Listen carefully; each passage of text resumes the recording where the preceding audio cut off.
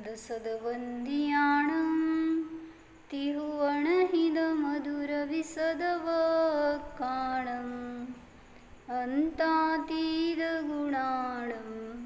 नमो जिनाणं जिदभवाणं। कुंदकुंदाचार्य भगवान की जय। पंचास्तिक संग्रह में गाथा नंबर 81 देख रहे हैं।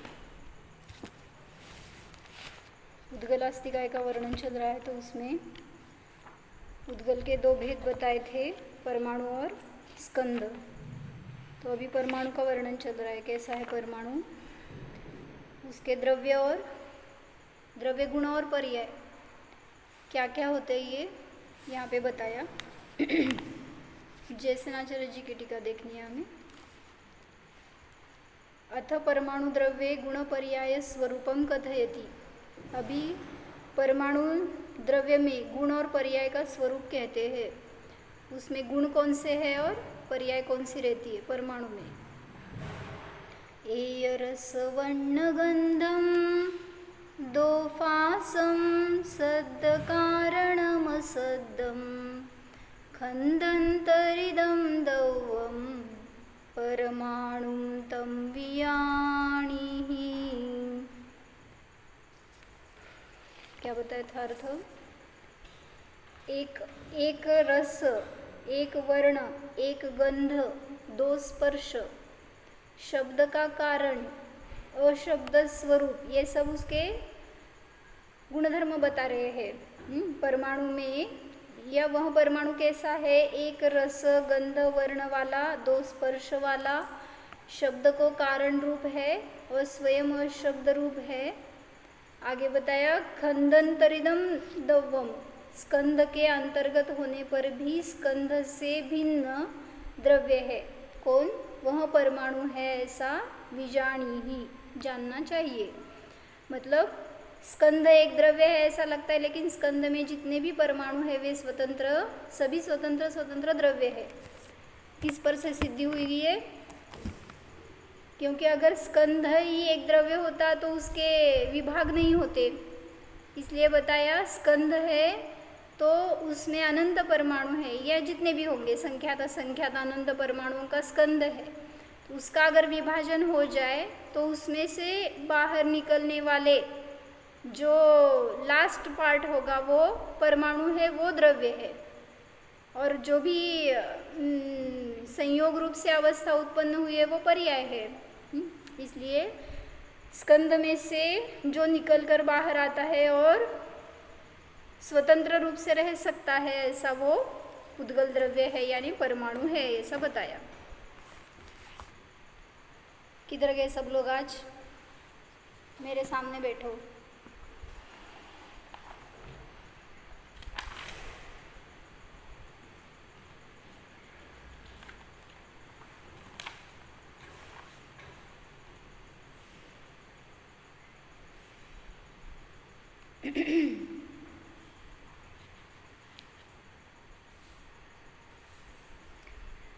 यदि स्कंद में परमाणु एक समान रूप से परिणमन कर रहे हैं, एक पिंड रूप बनकर रहते हैं, फिर भी हर एक परमाणु स्वतंत्र स्वतंत्र है।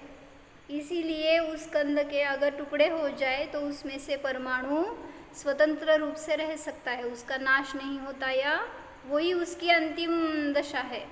जो परमाणु है वो वही शुद्ध द्रव्य है। तो उन्होंने क्वेश्चन पूछा था कि जो आप बोल रहे हैं स्कंद है, उसका विभाजन होता है और उसमें से परमाणु निकलते हैं, तो उन्होंने पूछा कि जो शाश्वत स्कंद है, कैसे, कौन से बताओ, शाश्वत पुद्गल स्कंद है, तो उनका विभाजन होता है क्या, कौन कौन से,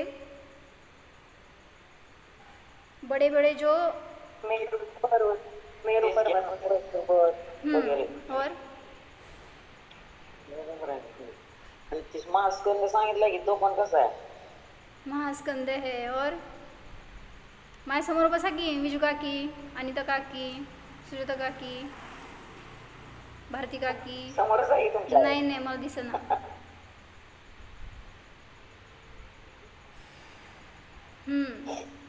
म्हणजे जे अनादी अनंत आहेत पर्वत वगैरे पंचमेरू ते सगळे सांगा की, स्कंद आहेत. पंचमेरू, कुलाचल वगैरे हे सगळे पण आहेत ते अनादि अनंत आहेत. और ऐसे कौन से पुद्गल स्कंद है जो अनादि अनंत है? जो आप बोलते हैं ना वो क्या? शिखरजी वगैरे पण सांगितलं ना, शिखरजीचा डोंगर असं पण सांगितलं जातं की, म्हणजे ते शिखरजी. क्षेत्र सांगितलंय अनादिकालीन. शिखरजी नहीं, वो नाही याचं क्या का? बोलते हैं आप, ईशत प्रागभार, वो पृथ्वी, वो भी अनादि अनंत है, वैसे ही रहेगी.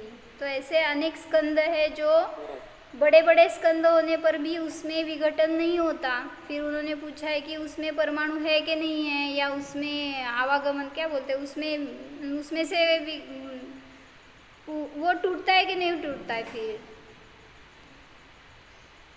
तो वो स्वयं टूटता नहीं है, लेकिन उसमें से बाहर निकलते हैं परमाणु और अंदर जाते हैं, ऐसे आवागमन तो चल रहा है. इसलिए उसमें भी परमाणु, अनंत परमाणुओं का वो स्कंद है, लेकिन वो अकृत्रिम है और अनादि निधन है. इसलिए उसको शाश्वत रचना बोलते हैं. भले ही उसमें से परमाणु आ जा रहे हैं, फिर भी वैसी की वैसी रचना रहती है, वो टूटकर बिखर नहीं जाता. लेकिन अन्य जो भी कोई कृत्रिम स्कंद है तो उसमें क्या परिणमन होता रहता है, तो परमाणु बाहर निकलकर स्वतंत्र हो सकते हैं.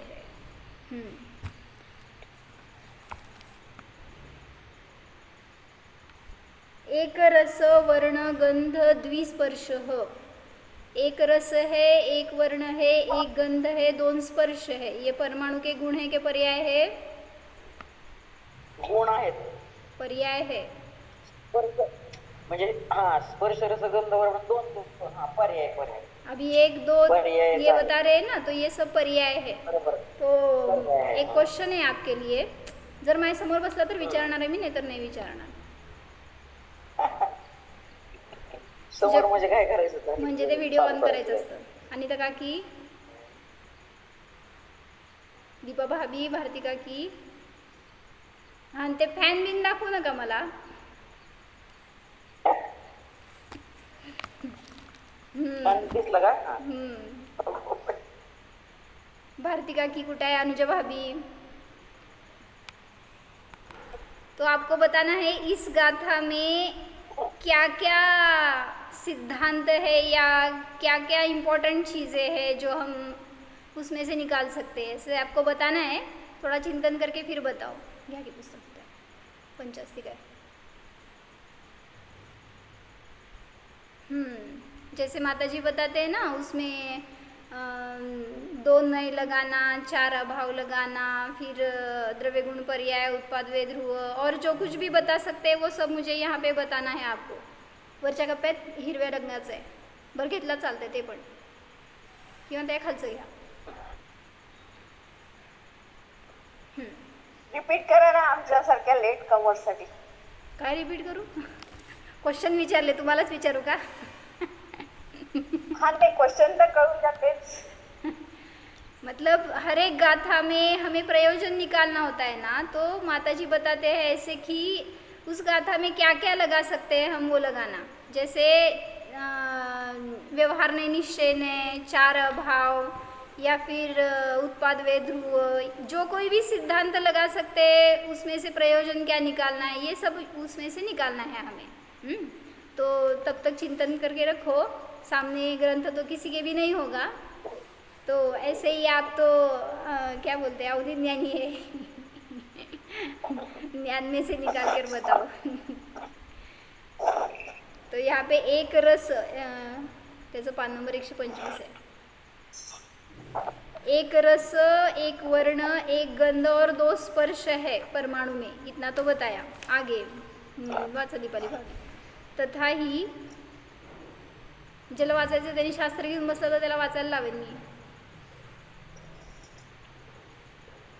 पंचास्ती काय असलं तर घेऊन बसा.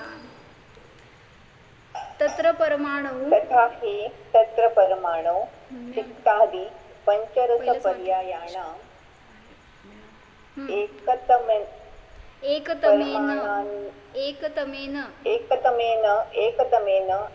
एक अनेकदा एकेन रसः एकेन एकदा एकेन एकदा रसः वर्तते एवढं लवू काय सांगितलं शुक्लादि एवढं लवू म्हणजे प्रत्येक गुणाचं सांगतायत हां तथा ही से खुलासा कर रहे हैं कि तत्र उसमें उस परमाणु में हमने लगाया था उस दिन कितने रस होते हैं रस की पर्याय 5 5 कौन कौन सी हिंदी में बताना है आपको सबको चैलेंज मीठा तीखा सगळे भी होते. चरपरा परपरा कषायला खट्टा हाँ झाले ज़्यादा मत बताओ 5 ही बताना है आपको तो तिक्ता आदि जो पंच रस पर्याय है उसमें से एकतमेन एकेन एकदा उसमें से एक समय में एक ही रस वर्तता है शब्दशः बताऊं तिक्त आदि 5 रस पर्यायों में से एक समय में कोई एक रस पर्याय रहती है सभी रस पर्याय एट अ टाइम नहीं रहेगी आगे शुक्लादि शुक्लादि पंचवर्ण पर्यायाणाम् एकतमेन एकेन एकदा वर्णः वर्तते वैसे ही बताया सेम वर्ण के कितनी पर्याय होती है मूल पर्याय 5 होती है वैसे तो शेड्स निकाले तो बहुत सारे वर्ण है लेकिन मूल कलर कितने हैं तो 5 है बताओ कौन से शुक्ल कृष्ण संस्कृत नहीं है अभी हाँ, हिरवा नहीं सफेद काला पीला लाल नीला सगळे रंग मारून झाले आमचे श्वेत वर्ण रक्तवर्ण नील कुठं बघून सांगायला नाही नाही बघून कुठलं माझं काय नाही घेऊन बसा की शास्त्र मग बरं आणायचं होतं हा हाँ क्या बताया शुक्ल कृष्ण यानी सफ़ेद और काला लाल पीला और नीला ये 5 मूल कलर है उसमें से शुक्ल आदि 5 वर्ण पर्यायों में से एक समय में कोई एक वर्ण पर्याय रहती है सभी पर्याय एट अ टाइम नहीं रहेंगी सुरभि दुरभि रूप गंध पर्याय एक मिनट तो इन्होंने यहाँ पे बताया ना एक पर्याय एक समय में एक ही रहेगी तो मेरा क्वेश्चन है शेड्स रहते हैं तो कौन सी पर्याय रहती है फिर जो अभी ये 5 वर्ण तो होंगे ही ऐसे नहीं शेड्स रहते हैं ना फिर एक ही पर्याय आहे. एक मिनिट सॉरी मी ते दोघे लिखले आहेत. मी लॉक केलं तुम्हाला सॉरी हां बोला सब मिलके एक ही पर्याय तो होगी सब मिलके एक पर्याय मतलब होती है अलग अलग शेड भी है तो भी वो एक ही पर्याय गिनी जाएगी फिर वो क्यों नहीं ऐसा लिए नहीं यहाँ अलग पे अलग। पंचवर्ण ही क्यों बताए फिर आपने ऐसे अनेक बहुत सारे वर्ण ऐसे बताना चाहिए स्वभाव पर्याय 5 वर्ण है वो स्वभाव पर्याय है अहो, मूळ रंग 5च आहेत एकमेकात मिक्स करून वेगवेगळ्या शेड तयार होऊ शकतील पण जे मूळ रंग सांगितले ते 5च आहे हाँ ना फिर अभी शेड्स जो है मैं पूछ रही हूँ आपने कौन सा कलर का पहना है बताओ आपकी साड़ी कौन से कलर की है गुलाबी है गुलाबी तो वो विवाह हो गया दिखा आपको ऐसे लेकर बैठो सबको दिखता है हाँ? तो वो जो पिंक कलर है तो मुझे पूछना है इस 5 में तो नहीं आया वो कलर वो तो शेड हो गया ना तो 2 हो गए एक है कि 2 है कलर फिर वो दो मिलके एक हो गया मतलब जो भी दो के हो गया है वो ठीक है मेरा क्वेश्चन है ये आपसे तो जैसे दूध गुड़ दही गुड़ बोलते हैं ना उसके एक ही पर्याय तो हो गए ना शेड हो सकता है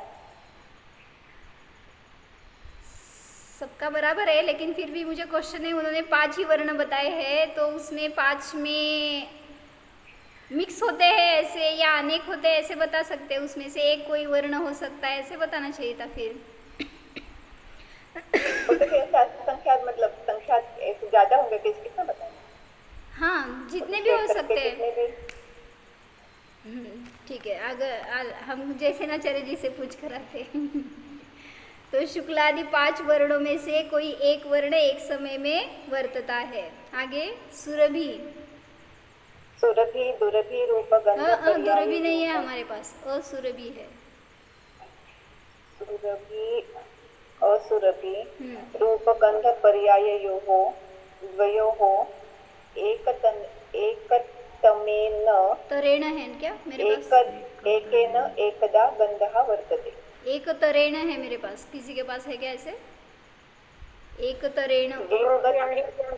एकतमेन आगे दीदी पहिल्यापासून तसंच होते ना, एकतमेन ते एक तर भी हो सकता है, ऐसे कुछ नहीं उसमें गलत. ठीक है.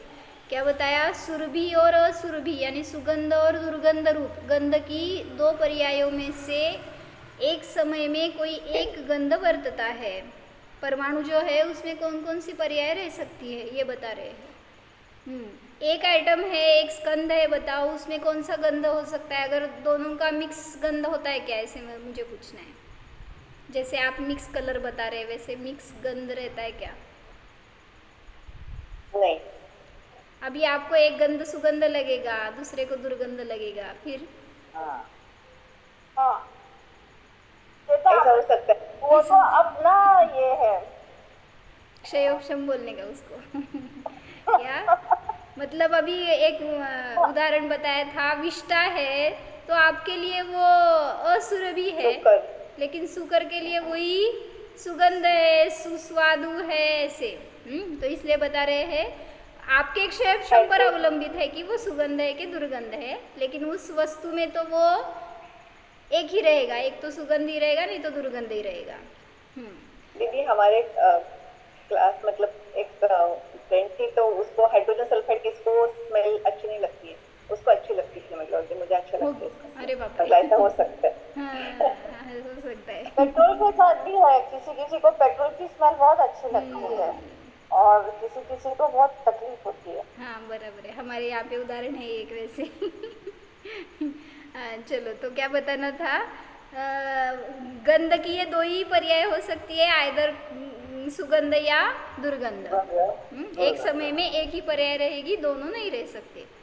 आगे शीत शीत स्निग्ध शीत वृक्ष उष्ण स्निग्ध उष्ण वृक्ष रूपाणां चतुर्णां स्पर्श पर्याय द्वंद्वानां एकतमेन एकेन एकदा स्पर्शः वर्तते. बराबर, हमने ये देखा था. भंग निकाल कर शीत स्निग्ध शीत वृक्ष, उष्ण स्निग्ध उष्ण वृक्ष रूप 4 स्पर्श पर्यायों में से एक समय में 2 पर्याय या एक स्पर्श युगल रूप पर्याय वर्तती है. क्या बताया? अनुजभा भी बोला, मी काय सांगितले? म्हणजे स्मित स्निग्ध स्मित किंवा स्मित रुक्त शीत शीत शीत शीत हम्म, शीत स्निग्ध आणि शीत वृक्ष किंवा उष्ण स्निग्ध किंवा उष्ण वृक्ष ह्या चारीपैकी कुठल्या तरी 2 असतात. का बरं? कोणामध्ये असतात? हिंदीमध्ये बोला. हो, मी विसरायला तुमच्यामुळे, हिंदीत बोला. परमाणु परमाणु क्यों ये 4 ही क्यों बताए? स्पर्श के तो 8 पर्याय होती है. लेकिन स्कंद की मूल परमाणु में स्पर्श की स्निग्ध और वृक्ष शीत और उष्ण ये 2 ही पर्याय होती है. और एक समय में शीत तो होगी या उष्ण तो होगी, और क्या स्निग्ध या वृक्ष होगी. होगी या वृक्ष होगी. मतलब क्या बताना था? हल्का भारी तो और उनमें मृदु से कठोर. एक पर्याय एक परमाणु में होती है. हल्का भारी या मृदु कठोर ये स्कंद की पर्याय ये है. स्कंद की पर्याय. बरोबर. ज्याला माहित नाही त्यांनी लिहून घेतलं चालते की? सुचेता काकी, रुपाली ताई, हे हे सर्वज्ञ आहात का आपण? म्हणजे हे लक्षात राहत नसतं बरं का, म्हणून मी पण इथं वाचल्यावर कळलं मला. तो क्या बता रहे हैं? काय कळलं भाभीजी? घ्या तिथे वही लिहून घ्या. लिहून काढायचं हे, मग तुम्हाला बघू किती लक्षात राहते. शीत स्निग्ध शीत वृक्ष उष्ण स्निग्ध या उष्ण वृक्ष रूप स्पर्श पर्यायों के 4 युगलों में से एक समय में कोई एक स्पर्श युगल रहता है. तो ऐसा परमाणु का ये सब पर्याय बताइए. एट अ टाइम कितनी पर्याय रहती है? गुण कितने हैं उसमें? 5. कितने गुण है? गुण अनंत है. त्यापैकी मुख्य सांगितले स्पर्श रस गंध वर्ण 4 गुण है और उसकी 5 पर्याय है. क्या बता रहे अनिता काकी? हाय का? तुम्ही हल्ला की आम्ही हलतो इथं? वही घेतली बरं.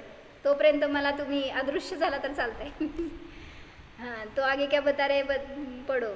शब्द कारण शब्द कारणः अपि अशब्द आत्मवत्. अशब्द आत्मवत. अशब्द होता है ना, हाँ होता है. तो आगे क्या बता रहे हैं, कैसा है परमाणु शब्द को कारण होने पर भी स्वयं अशब्द है आत्मवत, आत्मा की तरह. भारती का की माझ्याकडे आहेत ना. तो शब्द का कारण है परमाणु लेकिन स्वयं अशब्द रूप है आत्मवत. इसका मुझे एक्सप्लेनेशन बताओ. आत्मवत यानी क्या? भारती आत्मा जैसा. कैसे आत्मा जैसा मतलब क्या? आत्मा भी अशब्द है. स्व स्वभाव जैसा. ऐसा स्व आत्मा मतलब स्व लेना. तो उसमें पूरा आपको बताना है. वैसे मुझे आत्मवत यानी क्या लिया था हमने ये. आत्मा शब्द स्वरूप आहे परंतु आत्म्याच्या निमित्तातच वचन बाहेर पडतं. बरोबर. शब्द का कारण है आत्मा, मतलब जिस देह में आत्मा है उसी देह में से शब्द निकल सकते हैं. अगर आत्मा रही देह से शब्द निकले तो आप कहाँ जाएंगे? मतलब मुर्दे में से अगर शब्द निकलने लगे बाहर तो भी समझ लेना उसमें जीव है, कोई दूसरा आ गया है. मतलब आवाज झाल्यावर हाँ दोन भांड्यांचा आवाज हा ना, वो तो है. भांड्यांचा आवाज झाल्यावर तर शब्द निघणारच आहे. भांडे वाजवतात तुम्ही लोक माहीत आहे. पण तिथं जेव्हा जीवाचं उदाहरण घेत आहेत तर सांगतायत जीव कसं काय शब्दाचं कारण. तो जिस शरीर में जीव है उसी में से ये कंठ तालु ओष्ठस का आघात होने पर शब्द की उत्पत्ति होती है. तो इसलिए शब्द के उत्पत्ति में कारण है जीव आत्मा, लेकिन स्वयं अशब्द रूप है, ऐसा बताया. इसलिए आत्मवत ये उदाहरण दिया है. परमाणु शब्द का कारण होने पर भी अशब्द है आत्मा के समान.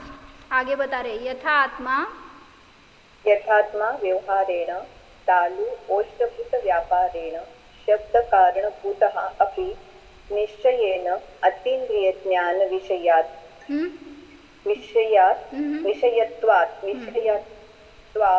शब्द ज्ञान विषयः न भवति. शब्दादि पुद्गल पर्याय रूपः वा न भवति. रूपः तेन पढ़ते ना, कारणेन रूपः नहीं रूपः. पर्याय रूपः वा न भवति. तेन कारणेन अशब्दः तथा परमाणुः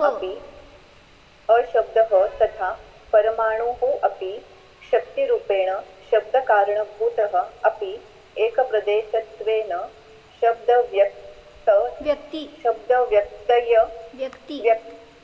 व्यक्ति अभावात् अशब्दः. बराबर. अभी अर्थ भी बताओ. आपका काम हो गया इतना पढ़ने के बाद.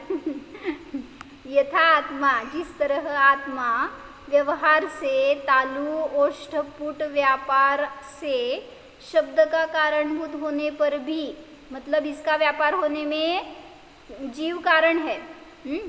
तो उधर कारण होने पर भी निश्चय से अतीन्द्रिय ज्ञान का विषय होने से कौन? आत्मा. शब्द नहीं आत्मा.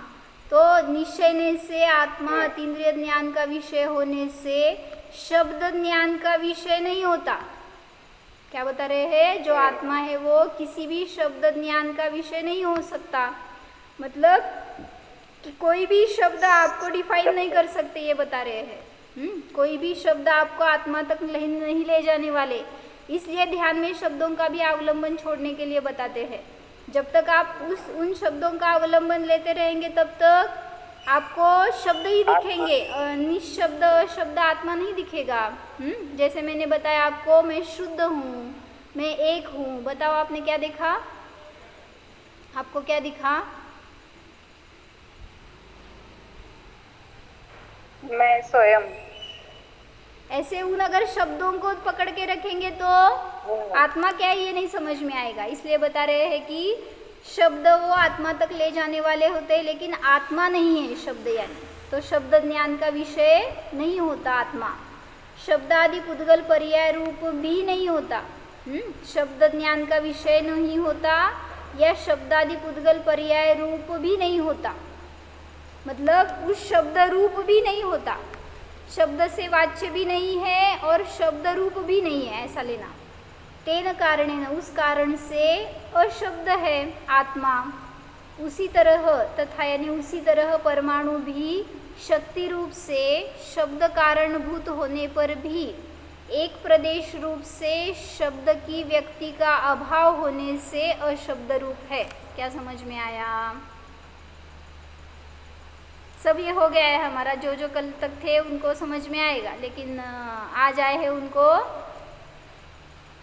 सिर्फ शब्द ही है, भाव बसना कुछ नहीं। शब्द रूप होने की उसमें शक्ति है परमाणु में, लेकिन व्यक्ति नहीं है। बराबर। इसलिए क्यों? मुझे एक प्रदेशी होने से परमाणु ये शब्द रूप नहीं है, बट जब वो दो प्रदेशी तीन प्रदेशी हो जाएगा यानी स्कंद में रूपांतर हो जाएगा तब वो शब्द रूप हो सकता है। हाँ, मतलब एक प्रदेशी होने से शब्द परमाणु शब्द नहीं है, ऐसा बताया। शब्द की व्यक्ति का उसमें अभाव होने से परमाणु शब्द रूप है। सोनल वाच. दीदी दीदी मला एक उत्तर मिनिट विचारायचंय। इथं विषयत्वात होतं तर विषय या लिहिले माझ्याकडे चुकलंय ना, ते विषयत्वात आहे ना, शब्द ज्ञान विषय, शब्द ज्ञान विषय आहे तिथं। त्याच्या आधी जर कोड आहे ना, अतींद्रिय ज्ञान विषयात, विषयत्वात पाहिजे, विषयत्वात पाहिजे ना, विषयत्वात शब्द ज्ञान विषय, ऐसे उधर शब्द वो पंचमी विभक्ती है तो हेतु बताया है। कोणाकडे पुस्तक वाचताय काय सोनल? आहे का पुस्तक? मला इतकं येत नाही। मी आहे की यम एवम, रुपाली आहे काय? वाचती काय? चला वेळ घालू नका लवकर लवकर। ताई कितवीला आहे मॅडम? हाँ, यम एवम। अभी ये लास्ट के 2 सेंटेंस रह गए, 2-3 सेंटेंस है। यम एव मुक्त वर्णादि गुण शब्दादि परि, यम एव एवं एवं उक्त वर्ण, उक्त वर्णादि गुण शब्दादि पर्याय वृत्ति। कैसे पढ़ने का?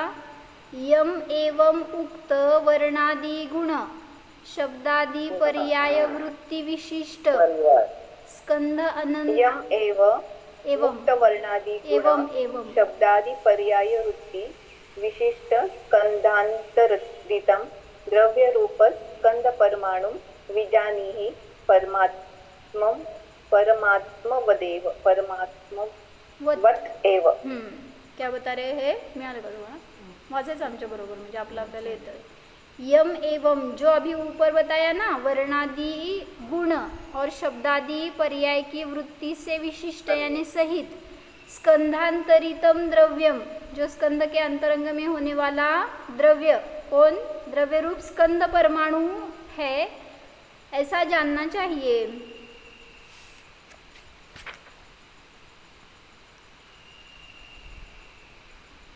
उन्हें किधर गया? हाँ, इस प्रकार कहे वर्णादि गुण शब्दादि पर्याय वृत्ति विशिष्ट स्कंद के भीतर परमाणु है, उसे परमात्मा के ही समान द्रव्य रूप स्कंद परमाणु जानो।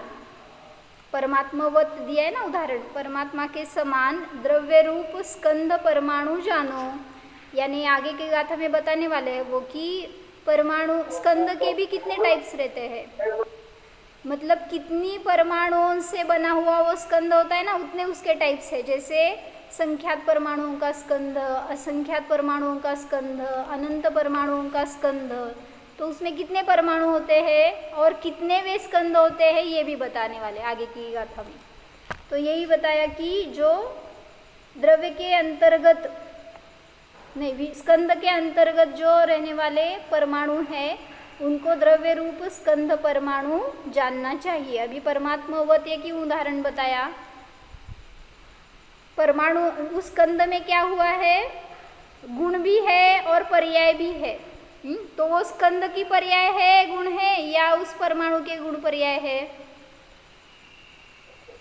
स्कंद की भी है और परमाणु भी स्वतंत्र रूप से वहाँ पे परिणमित हो रहा है। हाँ, क्योंकि वो स्कंद जो बना है ना भाभी, तो उस स्कंद में जितने भी परमाणु हैं सभी की समान परिणति चल रही है। इसीलिए तो आपको ये हाँ वाइट कलर क्यों दिख रहा है?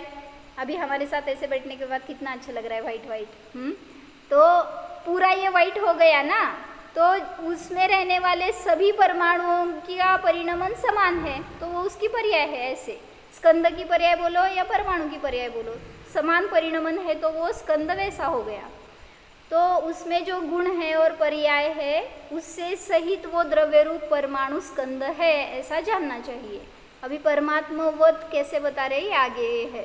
तद यथा सोनल दूसरा पैराग्राफ है जैसे आचार्यांचं मिळालं का?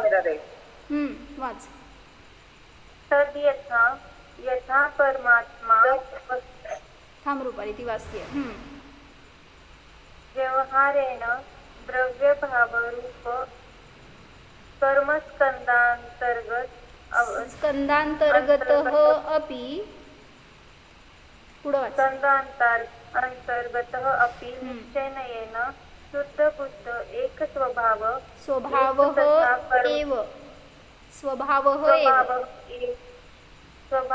एव तथा परमाणुः अपि व्यवहारेण स्कंद अंतर्गतः अपि बरोबर। निश्चयेन स्कंद बहिर्भूत शुद्ध द्रव्य रूपः शुद्ध द्रव्य रूपः एव। कौन शिकवलं? तद यथा से खुलासा कर रहे हैं क्या? यथा जिस प्रकार परमात्मा व्यवहार से द्रव्य रूप द्रव्य कर्म और भाव कर्म के स्कंद अंतर्गत होने पर भी, आपके पास कौन कौन से स्कंद है पता है? द्रव्य स्कंद भी है और भाव स्कंद भी है, कर्म है ना वो। तो द्रव्य रूप कर्म और भाव रूप कर्म स्कंद के अंतर्गत होने पर भी वो आत्मा कैसे है? उससे अस्पर्शी है, भिन्न है। निश्चय से शुद्ध बुद्ध एक स्वभाव ही है। परमात्मा जैसे उस द्रव्य भाव कर्म के अंतर रहने पर भी द्रव्य भाव कर्म रूप नहीं है। काय म्हणले सुजाता काकी?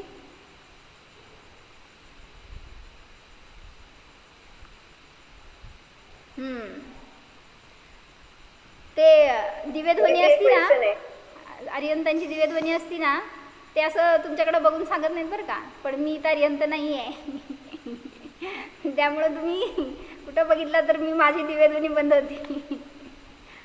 काय म्हटलं कोण? द्रव्य आणि भावरूप कसं सांगितलंय? द्रव्य रूप तर म्हणजे स्कंद आपण बघतो परमाणूला, भावरूप कसं घ्यायचं? आता ते भावरूप कर्म म्हणत असताना त्यांना भावकर्म स्कंद असं म्हणलेत त्यांनी उपचाराने। ऍक्च्युली ते परिणाम आहेत। ऍक्च्युली तिथं निश्चय घेतलाय ना, निश्चय नयाचं कथन असल्यामुळे मग त्यांनी ते म्हणजे आत्मा हा नाही ते व्यवहारच आहे।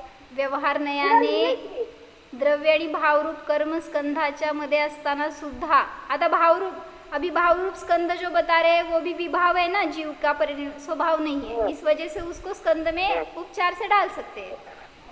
तो द्रव्य रूप स्कंद और भाव रूप स्कंद के भीतर रहने पर भी निश्चय से शुद्ध बुद्ध एक स्वभाव ही है। उसी प्रकार परमाणु भी व्यवहारने से स्कंद के भीतर रहता हुआ भी निश्चय से स्कंद के बाहर रहने वाले शुद्ध द्रव्य रूप ही है। मतलब वो स्कंद रूप नहीं होता, वो परमाणु है, वो उसमें रहने पर भी स्कंद से स्वतंत्र द्रव्य ही है। कौन? परमाणु।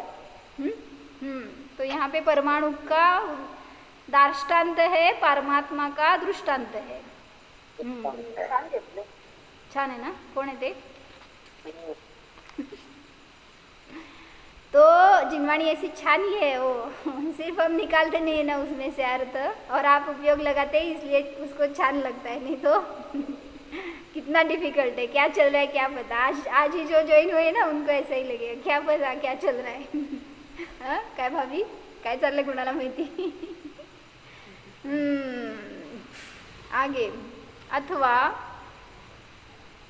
स्कंधांतरितः इति कह अर्थः, अथवा स्कंद के अंतर होता है, इसका क्या अर्थ है?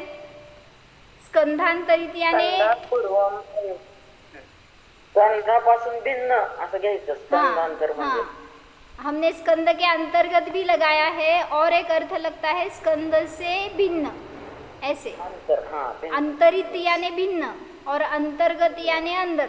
स्कंद के अंदर रहने पर भी वो परमाणु भिन्न द्रव्य है, और स्कंद से अंतरित यानी भिन्न होने पर भी वो परमाणु स्वतंत्र द्रव्य है, ऐसा बताना है। समझ में आया? क्या बोला? अंतरित म्हणजे मध्ये येतं. असताना सुद्धा तो कसा आहे तर स्वतंत्रच आहे, हे स्कंद अंतर्गत म्हटलं, आणि स्कंदापासून अंतरित म्हणजे भिन्न आहे। म्हणजे अंतरित यानी दूर भी रहता है, भिन्न भी रहता है, अलग ऐसे भी लगता है अर्थ उसका। अंतरित दूरार्थ आलं ना, हाँ वही तो, दूर यानी भिन्न है, अंतरित यानी दूर है, ऐसा भी चलता है।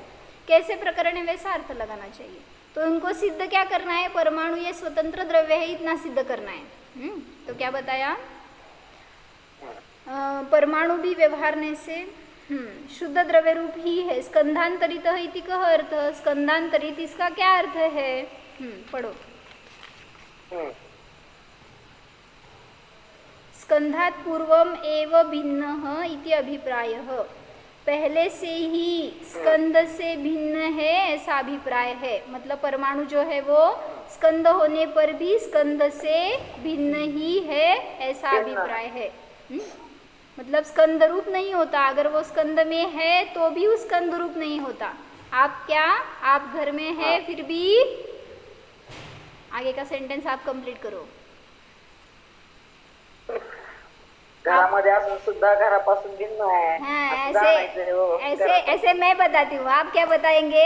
घर से बाहर रहने पर भी हम घर के अंतर्गत ही है, परिग्रह के अंतर्गत ही है। तो ऐसा परिणामों में से छूटा है क्या अभी परिग्रह? यहाँ पे है तो क्या क्या चल रहा है बताओ मुझे चिंतन।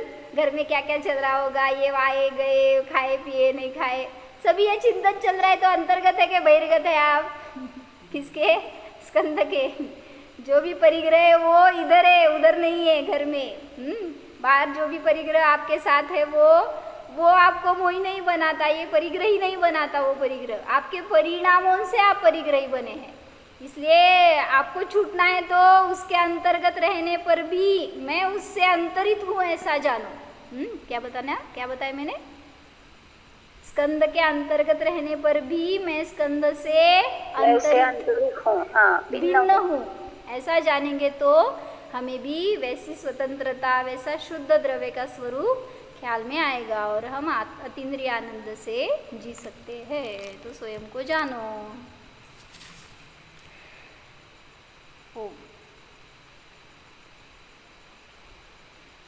जानिए स्वयं के स्वतंत्र शुद्ध द्रव्य को जानिए। देखो इस आत्मा में कोई भी परिग्रह है ही नहीं,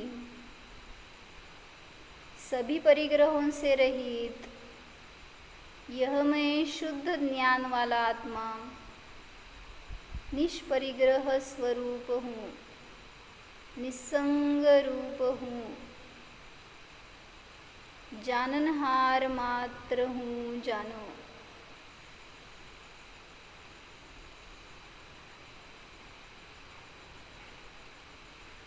निर्ग्रंथ स्वरूपोऽहम्,